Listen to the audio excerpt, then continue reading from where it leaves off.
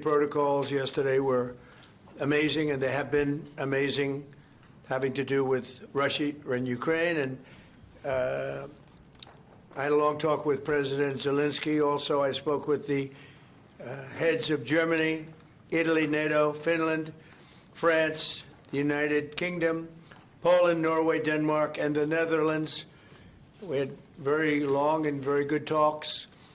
And again, I think things are going along pretty well. 27,000 soldiers were killed last month. Shouldn't happen. Should have never happened. Should have never started. That war should have never, ever started. But it did, and we're trying to get it solved. That was Biden's situation. We're trying to get it done. And I think we're closer now, and they will tell you that they're closer now. We had numerous conversations with President Putin of Russia, and I think we're closer now than we have been ever. And we'll see what we can do. We want to save a lot of lives. We sell equipment to NATO. We don't spend any money, but we do want to see if we can save a lot of lives. When you're losing 25,000 to 30,000 soldiers, mostly soldiers, other people too, from towns, and like places like Kiev, various other places throughout Ukraine, it's pretty bad. Nobody's seen anything like it, actually, since World War II. But we're getting closer. We're having tremendous support from European leaders. They want to get it ended also. And at this moment, Russia wants to get it ended. The problem is they'll want to get it ended, and then all of a sudden they won't. And Ukraine will want to get it ended, and all of a sudden they won't. So we have to get them on the same page. But I think that's working along. Very good talk. On day one of my administration, I signed an executive order making it core mission of the United States military to protect and defend their homeland. And today, we're here to honor our military men and women for their central role in the protection of our border, something that I campaigned very, very strongly on. And they made me look really good. They were unbelievable. They made us all look good. I mean, we went from having millions of people pouring over our border to having none in the last 8 months, none. In a few moments, we'll officially recognize their service by awarding them the Mexican Border Defense Medal, which is a big deal. We're joined for this occasion by Secretary of War Pete Hegseth, Attorney General Pam Bondi, Chairman of the Joint Chiefs, General Dan Kane, Commander of U.S. Northern Command, General Gregory Gio, Commander of the Southern Border Task Force, Major General Scott Noman, Command Sergeant Major Brett Johnson of the U.S. Army's 10th Mountain Division, Administrator of the Drug Enforcement Agency, Terry Cole, and many other members of our administration who have done an incredible job on the border. You know, people forget now that the border has been secure for actually 7 months, think of it, more. And they don't mention the border anymore. Nobody talks about the border.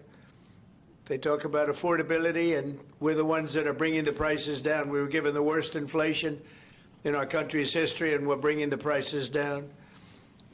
But the affordability is on the Democrats because they have made it unaffordable to be in this country. But we're bringing those prices down, and they're coming down quickly. Energy is coming way down, and if you look, gasoline prices are hitting in many locations $1.99 a gallon. Nobody thought they'd see that. There were $4, $5, and $6 a gallon under Biden. In the 4 years before I took office, our southern border was surrendered to criminals, drug cartels, human traffickers, and child smugglers. Our entire southwest border on the Mexican side is under the physical control of cartels that are among the most violent entities nobody's ever seen anywhere on the planet, the most violent people on the planet. Remember when the Democrats and others, the radical left, used to say that the people they're allowing into our country, immigrants, are nice people. They're not violent like our people. Well, they make our people look like babies.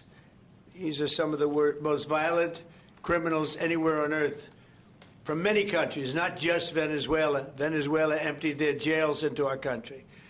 But others have also. The Congo has. So many other countries have. and we don't put up with it. I have to say the drugs coming in by sea are down 94%, and we're trying to figure out who the other 6% are. But they're down 94%, and we're going to start hitting them on land, which is a lot easier to do, frankly. But these are a direct military threat to the United States of America. They're trying to drug out our country. And you can look throughout history. Look at China when they were loaded up with drugs. They were suffering greatly, and others were able to take them over. And other countries also. They're trying to drug out our country, and we're reversing it rapidly, actually. But with the help of our great service members, we've stopped the invasion in its tracks, and we're dismantling the cartels very rapidly. And they are being declared enemies of the United States of America. They have been so declared, legally declared. More than 25,000 warriors have served in this historic operation. It is indeed an incredible and historic operation. And we've never done anything so effectively, and we've had a lot of victories. They've spent night and day enduring scorching hot and bitter cold, and they've given up their holidays and their weekends working with the officers of Customs and Border Protection. Our armed forces have already conducted nearly 13,000 patrols along the border, and today we give these great warriors the recognition that they have earned, and they have really earned it. The military component of our border security efforts is just the beginning. We're also designating the drug cartels as foreign terrorist organizations, a big deal from a legal standpoint and military standpoint. We've ended catch and release, and we endured and ensured that anyone who sets foot across our border illegally is intercepted, arrested, and immediately deported, or if they're really bad, they're put into prison because we don't want to ever take a chance if they come back. As a result, illegal border crossings have plummeted to the lowest level ever recorded in the history of our country. Think of that. The history of our country. You can all be very proud. For the past 7 months, 0 illegal aliens have been admitted to the United States of America. We inherited the worst border in the history of our country, one of the worst borders, I would say, in the world. I can't imagine any border in the world being worse when they allowed 25 million people to come in. And again, many of these people are gang members and from prisons and jails, from mental institutions and insane asylums. And some of the worst people on earth they allowed to come into our country. We're getting a lot of them out. We've made a big dent. And the self-deportation is something nobody talks about, but literally millions of people are self-deporting because they don't want to be captured. Once they're captured, they don't have the chance to self-deport. They never have the chance to come back into our country. We inherited that border from an incompetent administration and turned it into the strongest border in the history of our country. So we took the worst border in the history of our country, and in a period of 2 months, we turned it into the strongest border in the history of our country. During this time, we've also achieved a 50% drop in the amount of fentanyl coming across the border, and China is working with us very closely and bringing down the number and the amount of fentanyl that's being shipped. You know, fentanyl is very bad when you mix it with certain ingredients, but it also is very important for medicine, for anesthesias, various other things. I want people to understand that. It's not made necessarily for bad. When it's mixed with certain things, it becomes bad. And that's what's taking place in Mexico. And we've got it down to a much lower number, not satisfactory, but it will be satisfactory soon. In May, we executed the largest fentanyl bust in the history of the U.S., seizing 3 million fentanyl pills all at one time. Think of that, 3 million pills. It's amounted to billions of dollars worth of drugs. And last month, we seized another 1.7 million fentanyl pills in the state of Colorado, the poorly run state of Colorado, with a governor who's incompetent. And frankly, with a governor that won't allow our wonderful Tina to come out of a jail in a high-intensity jail because she caught people cheating on an election, and they said she was cheating. She wasn't cheating. She went over, she looked at one of the election scams going on, and because she did that, they put her in jail for 9 years. The governor of Colorado is a weak and pathetic man who was run by Tren de Aragua, the criminals from Venezuela, took over sections of Colorado, and he was afraid to do anything. But he puts Tina in jail for 9 years because she caught people cheating. And when she walked over and got involved in it, they said she was cheating. She wasn't cheating. She caught people cheating on the election, 2020, along with a lot of other people that cheated on that election. You'll see that coming out more and more. But there's no doubt that America's adversaries are trafficking fentanyl into the United States, in part because they want to kill Americans. If this were a war, that would be one of the worst wars. I believe they killed, over the last 5 or 6 years, per year, 200 to 300,000 people. You hear about 100,000, which is a lot of people, but the number's much higher than that. That's been proven. And they've destroyed a lot of families. Because when they lose a child, or even if their child is heavily addicted, you lose that family. The family will never be the same. That's why today I'm taking one more step to protect Americans from the scourge of deadly fentanyl flooding into our country. With this historic executive order I will sign today, we're formally classifying fentanyl as a weapon of mass destruction, which is what it is. No bomb does what this is doing. 200 to 300,000 people die every year that we know of. So we're formally classifying fentanyl as a weapon of mass destruction. But before I sign the fentanyl order, we will pin these great service members with their medals. And here today are the first 13 warriors who will receive the Mexican Border Defense Medal, which is a big deal. First, I'd like to ask Secretary Hegseth and Chairman Kane to say a few words. I'd like to have Tom Homan come up, please, if you would, say a few words. And I want to thank all of the people, Pam and everybody, Stephen Miller, great Stephen Miller, what a job he's doing, for being here. Thank you both. Appreciate it very much. We have so many great people here. But I do want to ask Tom to say a few words also. So, Pete, why don't you start it off, please? Thank you.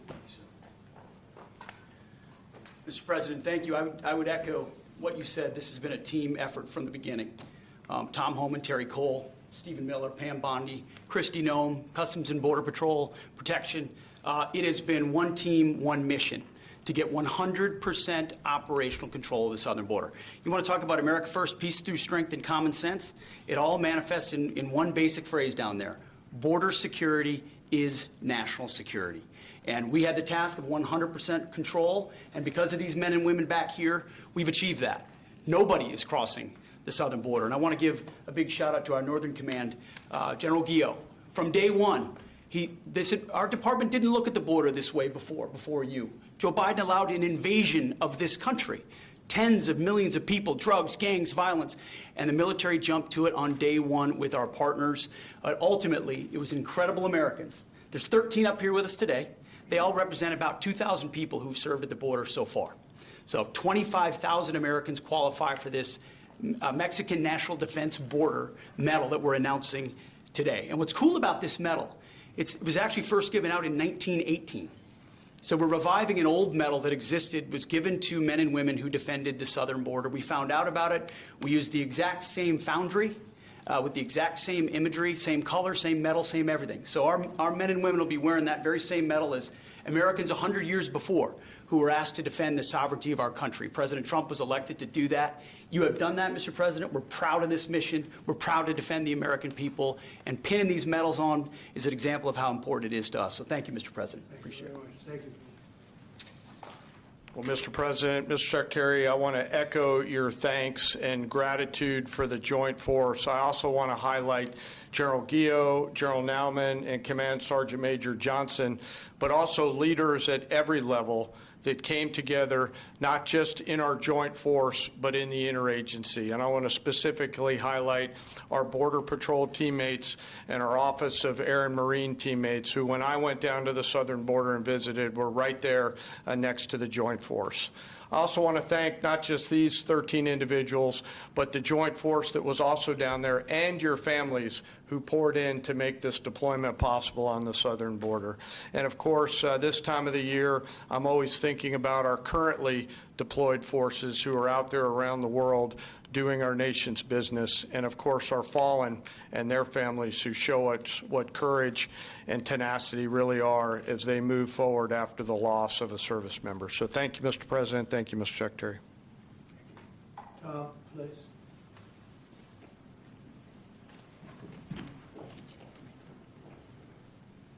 You know, it's always an honor for me to be in the Oval Office with the greatest president of my lifetime. Yes, I said it, and I meant it. You know, I just got home last night. I toured the border in California, Arizona, and Texas. I did it in a four-wheel drive. I did it on the river. I did it from the air. Hundreds upon hundreds of miles of border. I didn't see one illegal alien. Not a single one. I've done this since 1984. I worked for 6 different presidents. No one has done more than President Trump. What he has done is gave us the most secure border in the history of this nation. Hard to stop. I went to hundreds of miles of border and didn't see one illegal alien. Incredible, considering the Biden administration, we had 10, 12,000 a day, most released in the United States. I'm proud to be with these patriots behind me. I'm already proud to be in the Oval Office of the President, but being with these heroes, I met some of these soldiers down on the border. And actually, a shout out to Fort Drum, New York. We got some 10th Mountain Division here, so Elise Stefanik, Claudia Tennant, we all love Fort Drum and the 10th Mountain. So look, this is a game changer. I want to make something perfectly clear, because we get attacked all the time being inhumane. The Biden administration is much more humane. It's a bunch of crap. Because there's been studies done that 31% of women that make that journey through the cartels get sexually assaulted. They get raped. And not just the women, children too. I've done numerous investigations in that. Sex trafficking was at historic highs with that open border. Fentanyl, historic highs that killed 250,000 Americans. No inspector terrorists that came across the border. Record, historic. What happened under the Biden administration was the most inhumane thing I've seen in my lifetime. Now that the border is 96% decline, 96% less people are coming, how many women aren't being raped? How many children aren't dying making that journey? How many women and children aren't being sex trafficked into this country every day? How many known suspected terrorists aren't just walking across that border? President Trump and this administration is saving thousands of lives every month. Hard stop. That's just a stone cold fact. I'm just proud to be a part of this. I work with Steve Miller every day. Steve Miller is one of the most brilliant people I've met in my entire life. President Trump brought together one hell of a team here, and the success proves. We all working together, one team, one fight. We're not done yet. We're going to keep going, and I guarantee you we're going to continue saving thousands and thousands of lives. Secure border means strong national security. Secure border saves lives. Thank you. Thank you, Tom. Okay, let's do the medals, and I'll be signing this. Maybe you'll do the medals first, and then I'll sign, okay? Please.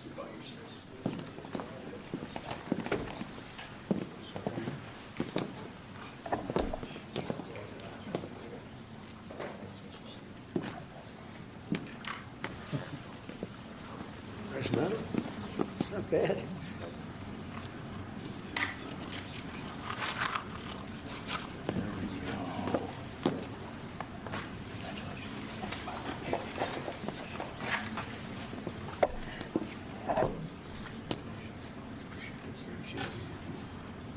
That's a great job.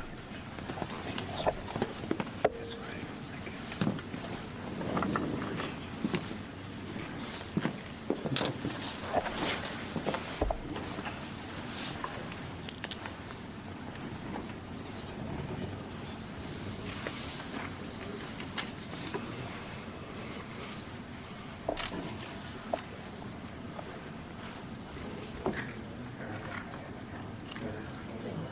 Great job.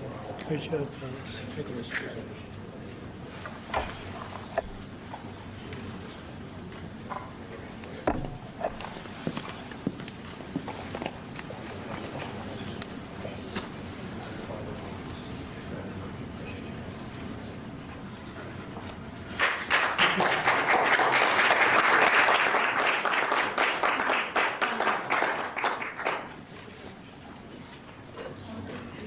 No auto pen. None, ever. We don't like auto pens, right? We don't like auto pens. How about gathering around me and we'll hold this up. Congratulations. It's an amazing job. Come on around. Come on around. Let's take a good picture.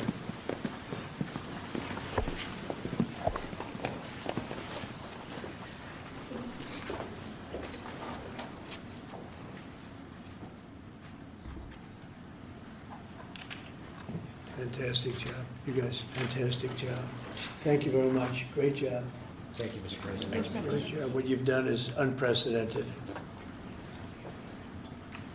How about holding that up? You guys hold it up. Nice. Hold it up high. You deserve it more than me.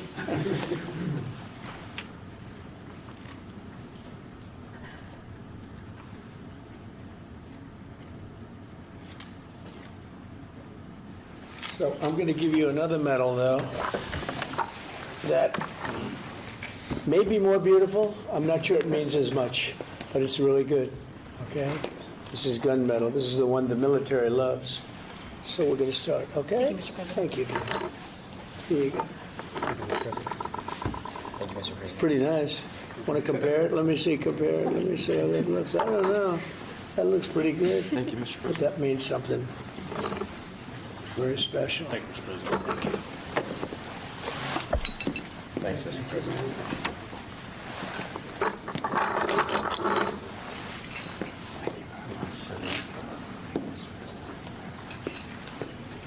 You can, what you can do, tie it around your neck. Just get a nice ribbon. I think you'll like it. It's special.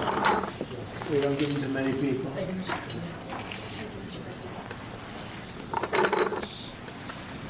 Thank you, Mr. President. Thank you, Mr. President. Come on over here. Come here. Look at this guy. The man that made it happen, sir. That's 4 sides up big. That means a lot up there.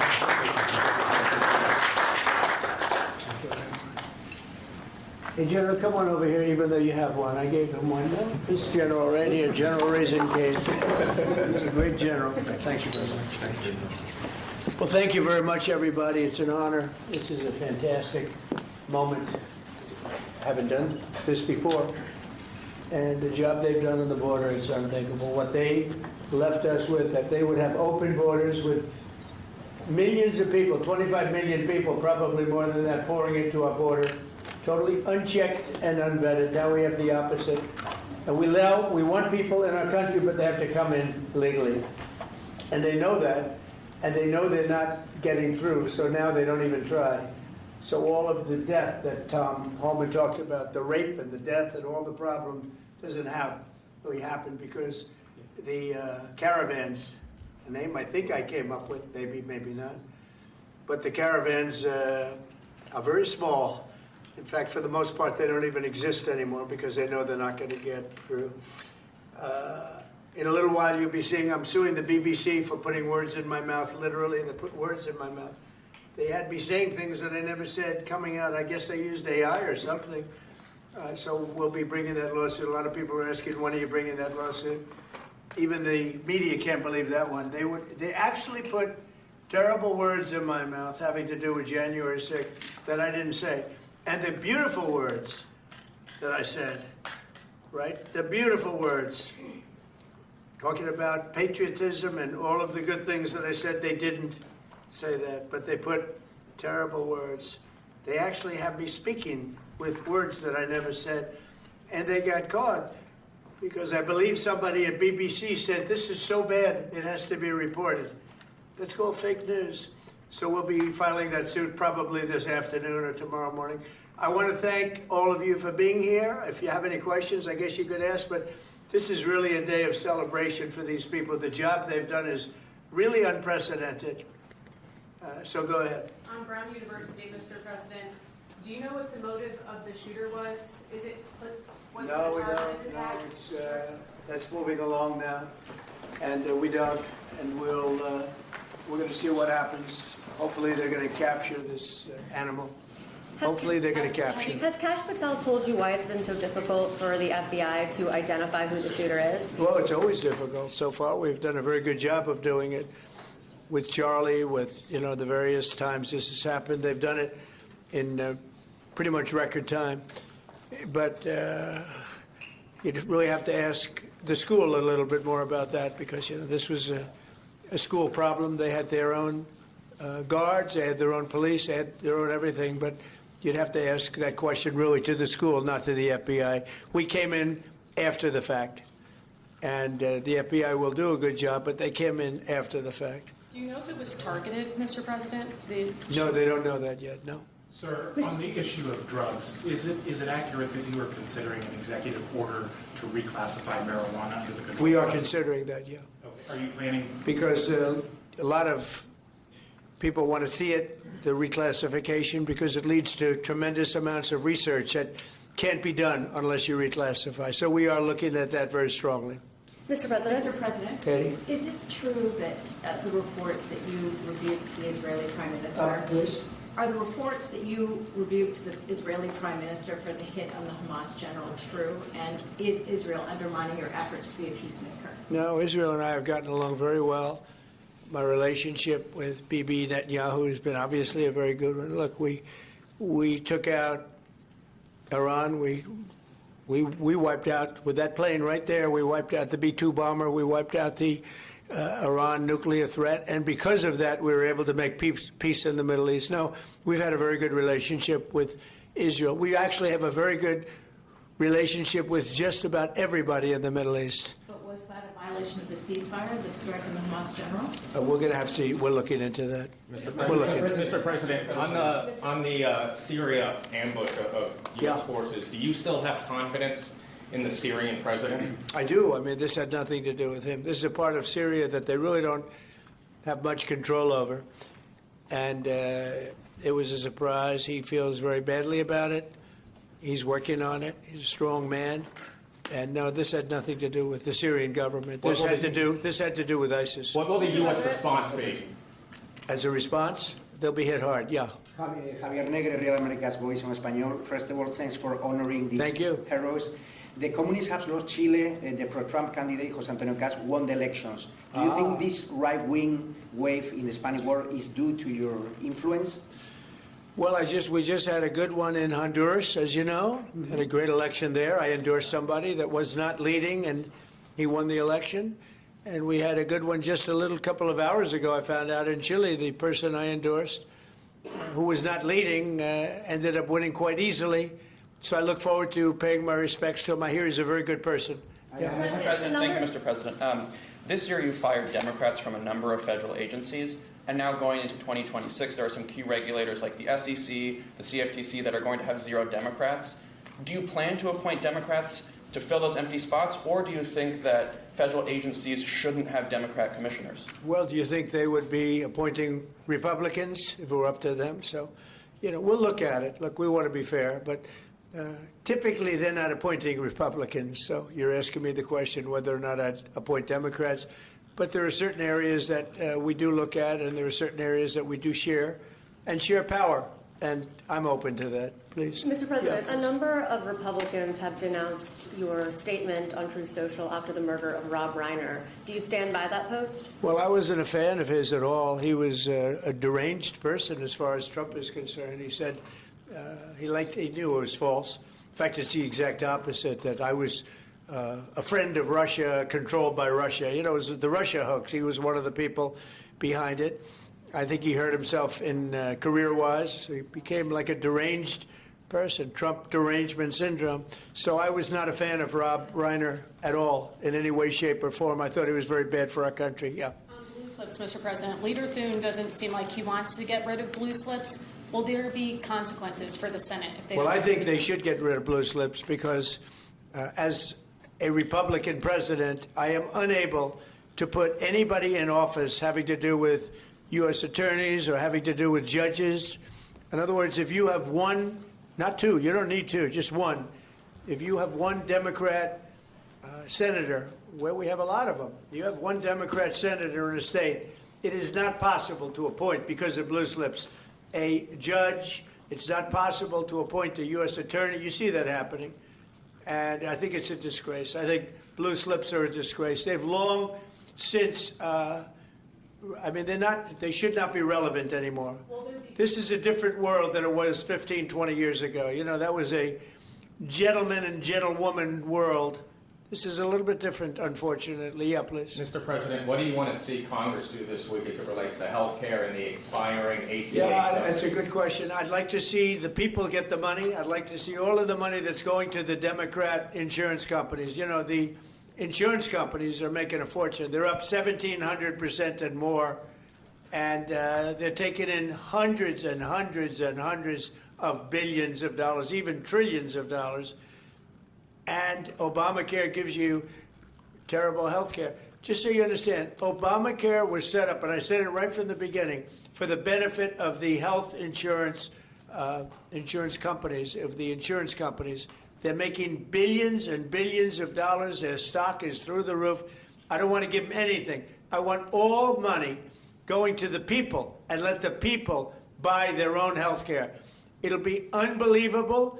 They'll do a great job. They'll get much better health care at a much lower cost. Sir, would you like Republicans next year to just use reconciliation to do with health care exactly what you laid out, and they wouldn't have to worry about Democratic votes? Well, that or knock out the filibuster. If you knocked out the filibuster, it would all go away, but we have a few people that wouldn't do that. It's crazy. Look, we should knock out the filibuster. And if you did that, we'd get voter ID. You'd have no mail-in voting, all things that make our elections dishonest. And you'd get a lot of other things having not even to do with voting. But Republicans should knock out the filibuster, and we should approve a lot of things. You wouldn't have January 30th looming, because, you know, you have the 30th of January looming. You know that, right? And if we knocked out the filibuster, it would be just a simple approval. But you have some Republicans, they're unable to explain why. You know, if you ask them why, they're unable to explain it. They cannot win the debate. But they should knock out the filibuster. And frankly, they should get rid of the blue slips, too. Yeah. Mr. President, the Democrats won Miami, where you won the election 1 year ago. Do you think it's because of the Hispanic media like Telemundo that are publishing fake news about the ICE operations? How do you plan to win back those votes for midterms? Yeah, well, I won that whole election. And, you know, it's interesting. When I'm not running, we don't do as well. Yeah. And I'm going to try and get that changed for the midterms. But we did have a big win in Tennessee, as you know. Matt Van Epps had a big win in Tennessee against a very strong candidate, attractive candidate, who a lot of people thought would do very well. And Matt won by a lot. And I won Tennessee by a real lot. You know, we had a great election. We won every single swing state. We won the popular vote. We won everything. And there's a thing that they have now, districts, which is a big deal. I think in a way it's the most important stat from the standpoint of, you know, looking at numbers accurately. So out of thousands of districts, I won 2,750 versus 525. Think of that, 2,750 versus 525. It was great. That's why the map, when you see a map of the election, it's all red, other than two little narrow lines on the other side. Please. Sir, Jimmy Lai was convicted today in Hong Kong. Do you have any reactions? I feel so badly.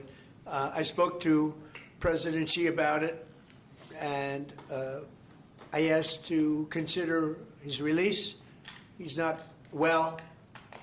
He's an older man, and he's not well. So I did put that request out. We'll see what happens. Okay? Yeah, please, Katie. Question about Ukraine. Now that the meetings in Berlin have wrapped up with Zelensky, Right. Is there a timetable for going to Moscow? Is a delegation going? Well, I think that the delegation is largely there right now, actually. They're in Europe, and they met with those people that I called out before, the various countries, plus some others. They want to see it end, Katie. They want to see it end. They all. I want to see it end. They want to see it end. I actually think that President Putin wants to see it end. You know, I've had good talks. We've had good talks with Russia, and I think they'd like to get back to a more normal way of life. Mr. President, follow up there. An Article 5-like deal seems to be emerging without NATO membership for Ukraine. If such a security guarantee is offered, what incentive is there for Ukraine to give up any sort of territory? Well, look, you have, they've already lost the territory, you know, to be honest. I mean, the territory is lost. But in terms of security guarantee, we're working with Europe on it. Europe would be a big part of that. And we're working on the security guarantee so the war doesn't start up again. We don't want to have a war start up again. You know, as I said, with Thailand and Cambodia, two people I get along with great, and I dealt with them, and I called them, and I said, look, fellas, you got to relax. You got to take it easy. They lost. You know, they started the war again. I got it ended. And things like that are going to happen, war. There's nothing pretty about war, nothing good, and there's nothing you can do to predict what's going to happen. But I think we've made a lot of progress with respect to Russia and Ukraine, I hope. You know, last month, it was close to 27,000 soldiers were killed, mostly soldiers, but 27,000 people, but mostly soldiers were killed last month in Russia versus Ukraine. Is there a time limit on security guarantees? Well, there's no time limit. The time limit is whenever we get it done. I mean, we're going to try to get it done. We're making progress. It's more difficult than anybody could have thought. I would have said that half of the wars that I got settled, some were going for over 30 years, that half of them should have been more difficult, and they actually haven't been. There's a lot of dislike between the two leaders, you know that, and so it probably makes it a little bit tough. Have you spoken directly to Putin? Have you recently spoken directly to Putin? Yeah, I have. On Syria, Mr. President, on the U.S. troops killed in Syria over the weekend, why do we have troops in Syria? Because we're trying to make sure that there's going to be and remain peace in the Middle East, and Syria is a big part of it. The new leader is a strong person, and that's what you need. This is a rough part of the world, and it's been amazing what's taken place in Syria.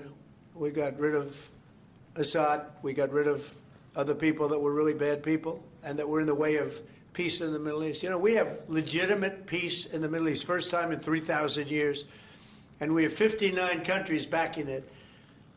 And we'll see what happens with Hamas. We'll see what happens with Hezbollah. But regardless, I mean, we have countries that want to go in and clean that out if we want them to do it.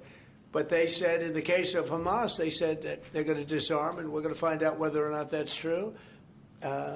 Hezbollah in Lebanon has been a problem. We'll see what happens there. But there is legitimate large-scale peace in the Middle East. And if there weren't, we wouldn't have been able to make all of those deals that we've made with the various countries. They would have never been able to do that. If, for instance, if we didn't, with that B-2 bomber right there on the desk, if we didn't, of which we just ordered a lot more of the newer version, totally stealth. They could not see it. They knew it was coming. They had no idea where it was. It was pretty amazing, actually.